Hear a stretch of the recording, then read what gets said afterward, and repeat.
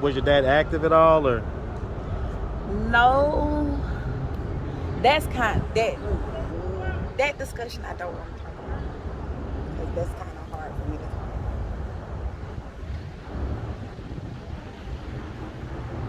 about. But Sometimes talking about it releases.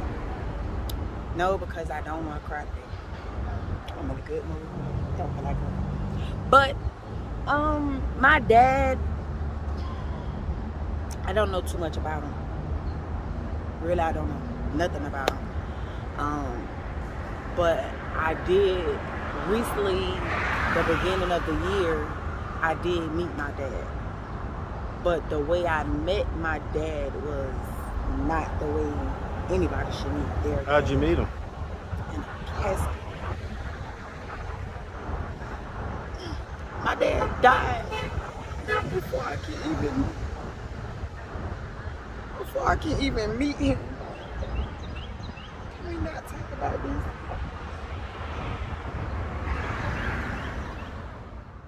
What's up, YouTube?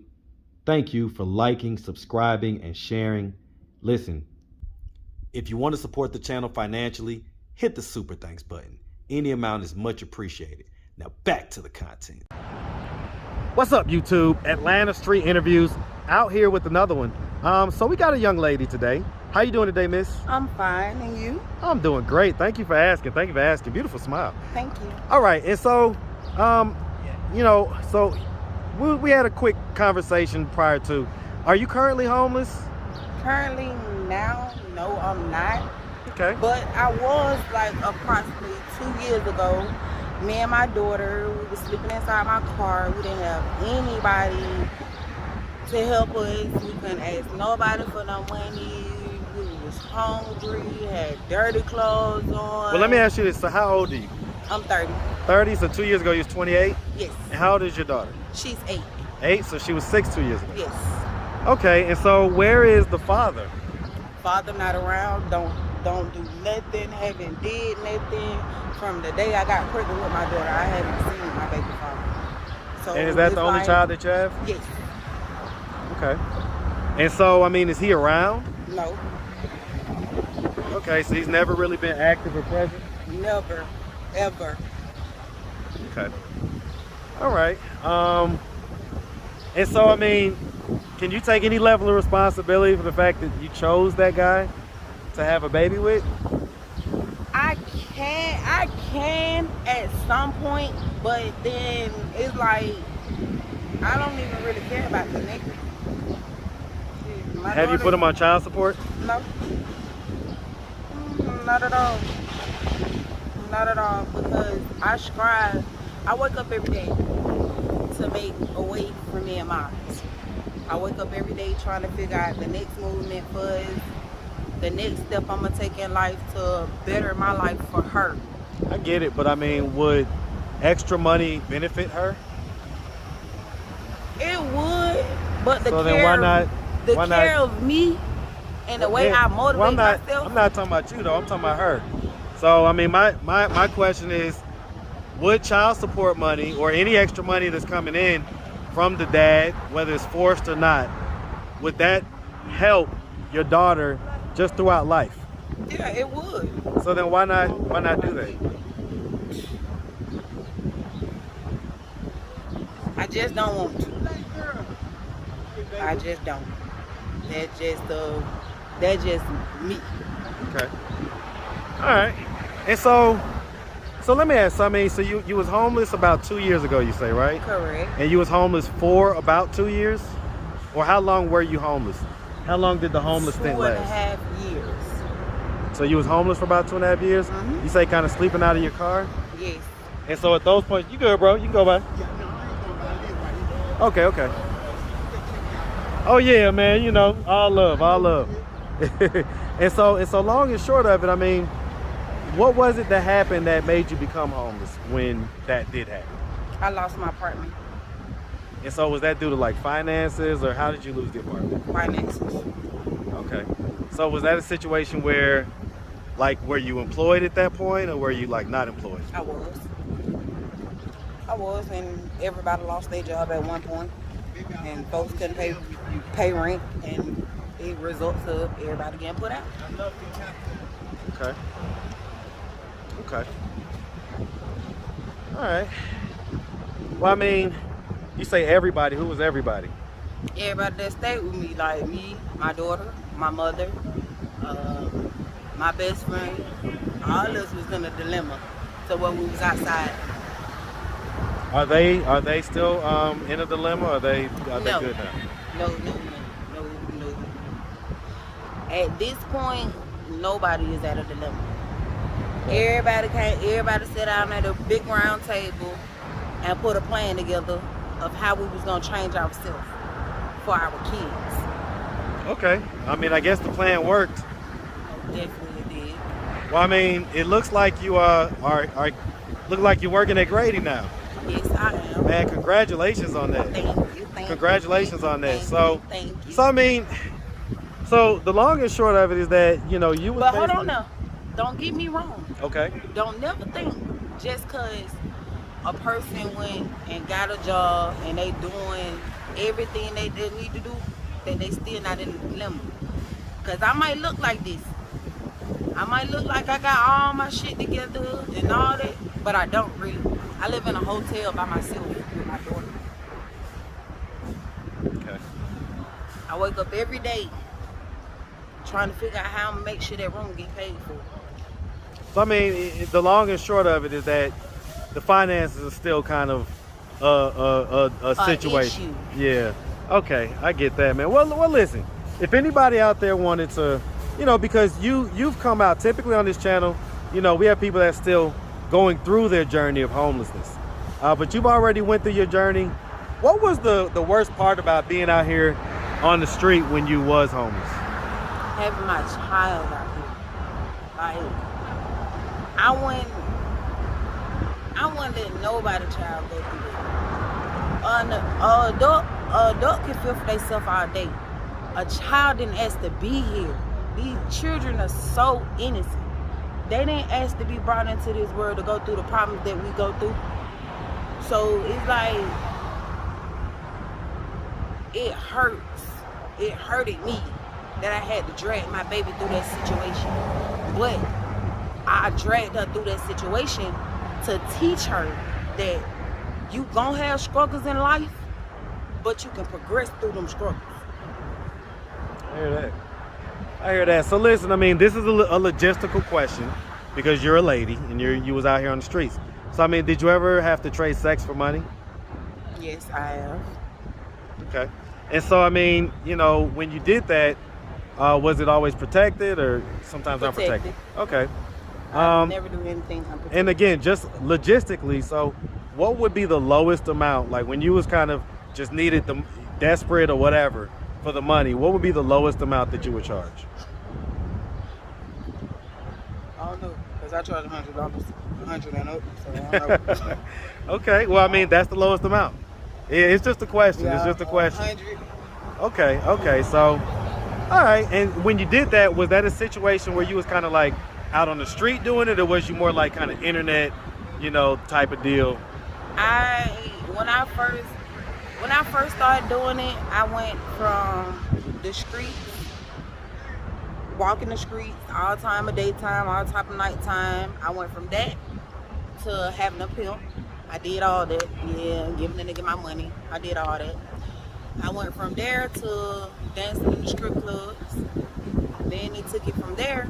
I started posting online. They went from there. Which one was kind of the most lucrative for you? Strip club. Okay.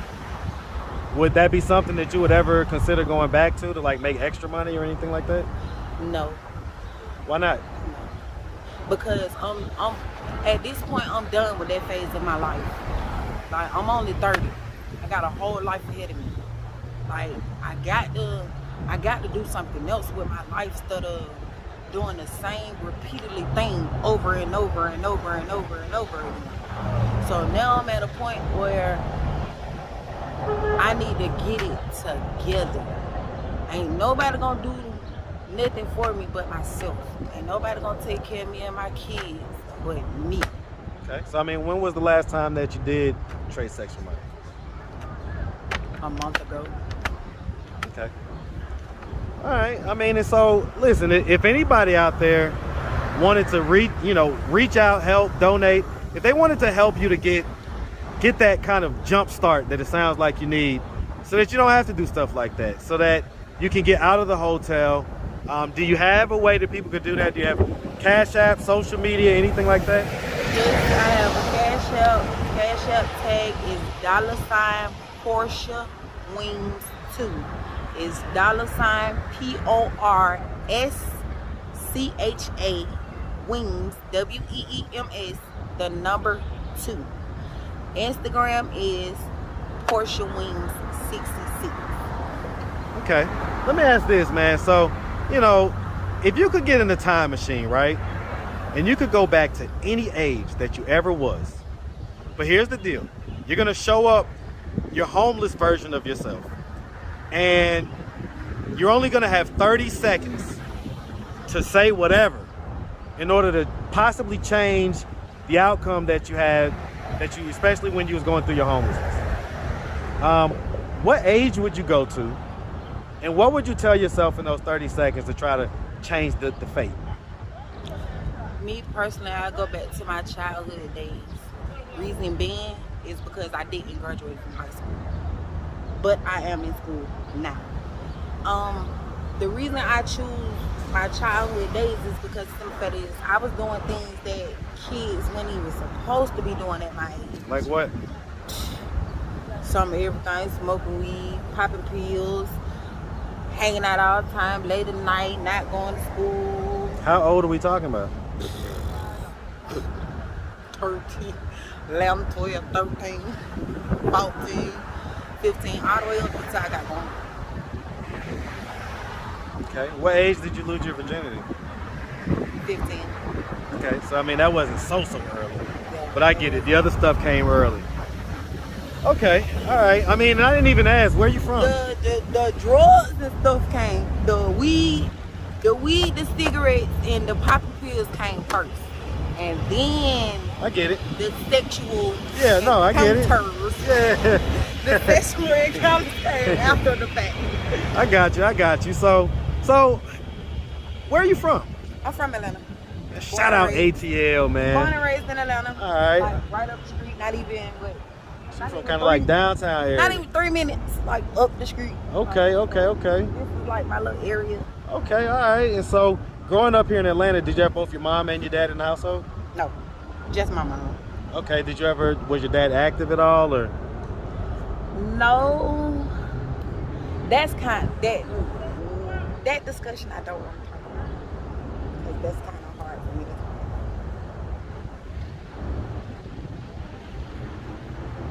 about. But Sometimes talking about it releases. no, because I don't want to cry today. I'm in a good mood. Don't feel like crying. But my dad, I don't know too much about him. Really, I don't know nothing about him. But I did recently, the beginning of the year, I did meet my dad. But the way I met my dad was not the way anybody should meet their dad. How'd you meet him? In a casket. My dad died before I can even meet him. Can we not talk about this?